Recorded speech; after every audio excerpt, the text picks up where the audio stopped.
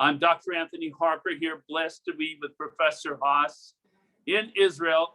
We're both in Jerusalem to talk about serious concerns about misrepresentation of Israel, categorizing or characterizing specifically, categorizing Israel as an apartheid state. So Professor Haas, what is your background education-wise? And your first name is Elisha, correct? Yes, I am a professor of biophysics at Bar-Ilan University. I live in Jerusalem, and from the window I can see the Temple Mount and the eastern part of the city of Jerusalem. And my field of research concerns with what are the conditions or what are the requirements for an organism to survive. And the Jewish people is an organism. Moses in the book of Deuteronomy defined us as a living entity. Life, he talks about life of the people of Israel. And that means that the people of Israel is an organism. And therefore we can learn a lot from the life sciences about what Israel should do in order to survive and not be destroyed.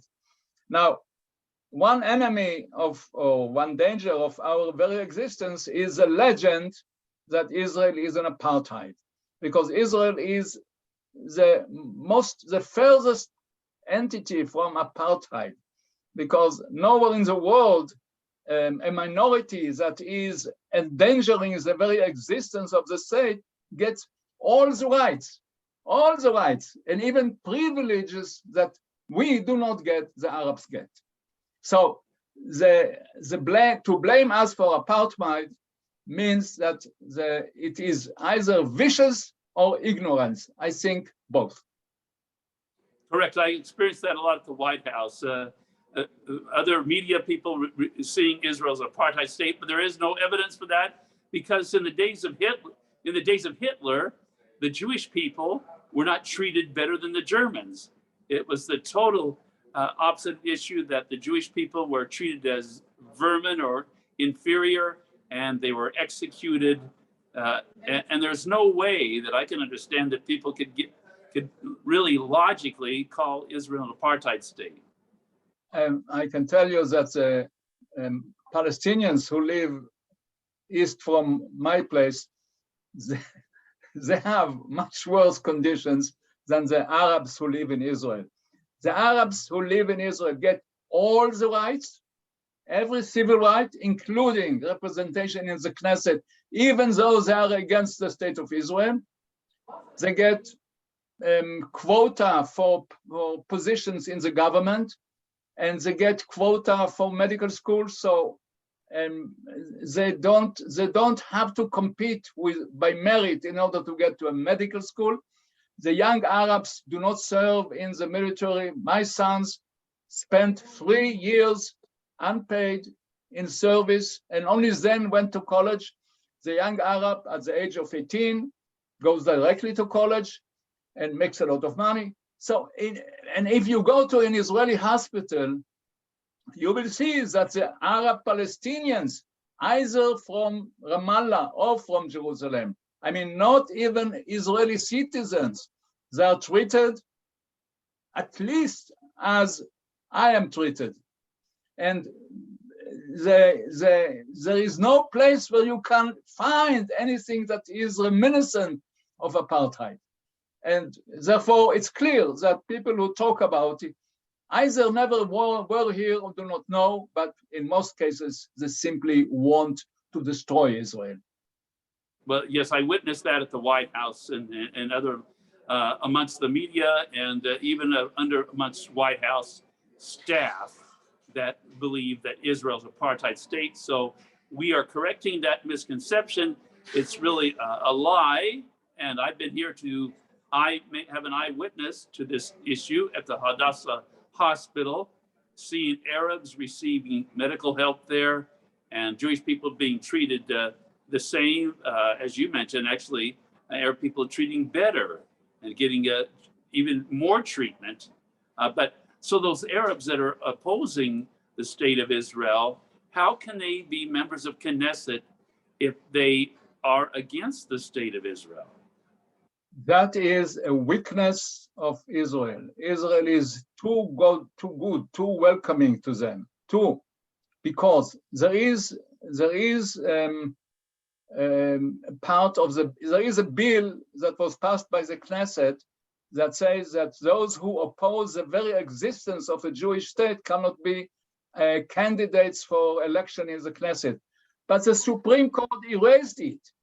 And we have in the Knesset people whose main mission is to destroy Israel.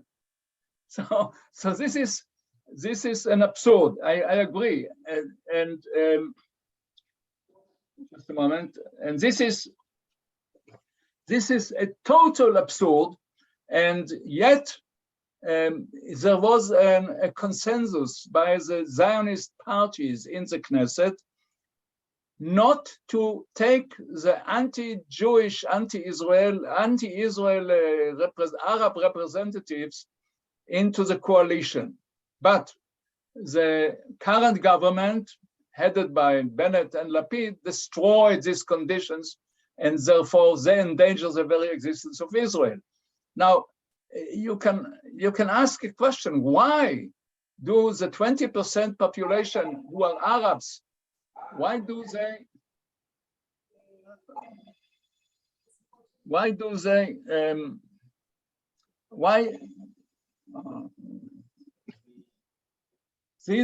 Arabs,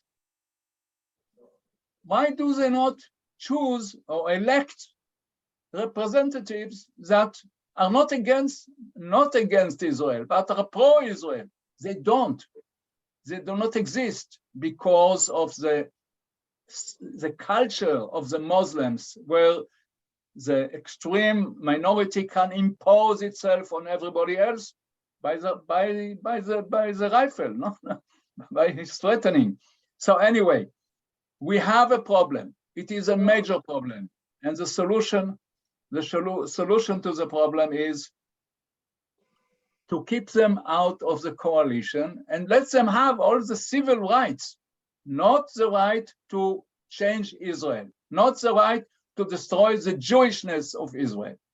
And we shall be able to maintain it, in particular, since the current rate of the growth of the population of the Arabs and the population of the Jews is not giving prediction for increase of the size, the relative size of the Arab population. It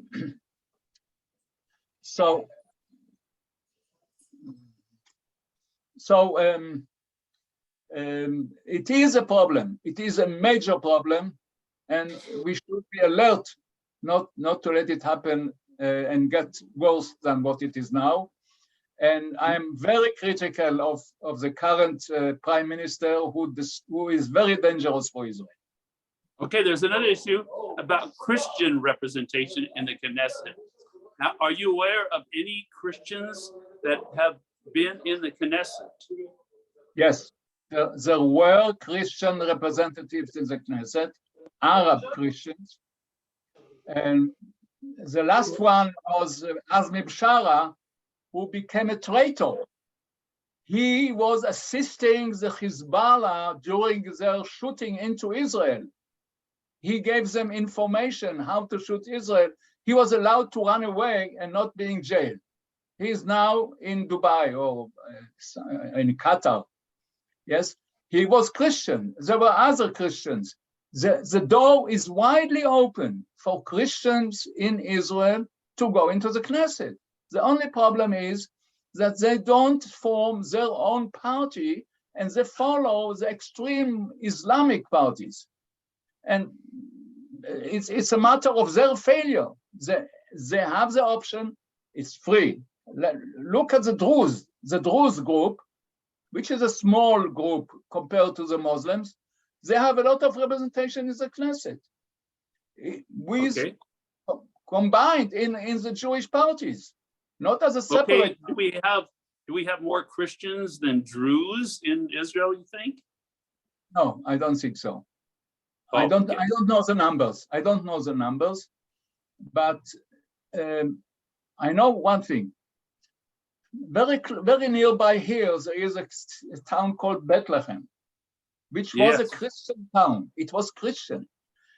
When the government of Israel made the huge mistake and brought here Mr. Arafat and gave him control of the Judea and Samaria, the Arab cities, all the Christians in Bethlehem were forced to leave and disappear. And Beit Jala, which is very close to my home, was a Christian township. Now it is Muslim. The Christians were expelled from the Palestinian territory, as also they were expelled from Iraq, from Syria, and I don't know what happens in Jordan. But in Egypt, they are tortured. I mean, only in Israel, Christians in the Middle East can have good life and political representation. Okay. Now, I want for people to know more information about what you do. The group of professors you're with is called what? We have a group called Professors for Safe Israel, and we are concerned about the national security and national economic development of the state of Israel. So we are considered right-wing group, and there are many people in academia who would like to join us, but under the harassment of the liberals, of the progressive academics, they're afraid to be officially associated with us. But we have enough, we have a large group, 400 people, and we write op-eds and also join forces with other extra parliamentary groups in supporting the Jewishness and safety of the state of Israel, which is threatened. It will be forever threatened because it is different from the environment. I wanted to bring up the final issue is the Palestinian state idea, because in the US, even at the White House, pressuring Israel to actually accept a Palestinian state that would divide Israel.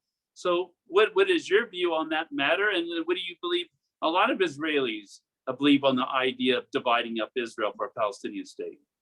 Okay. You should separate the Israelis and the Western friends of us, friends, quote.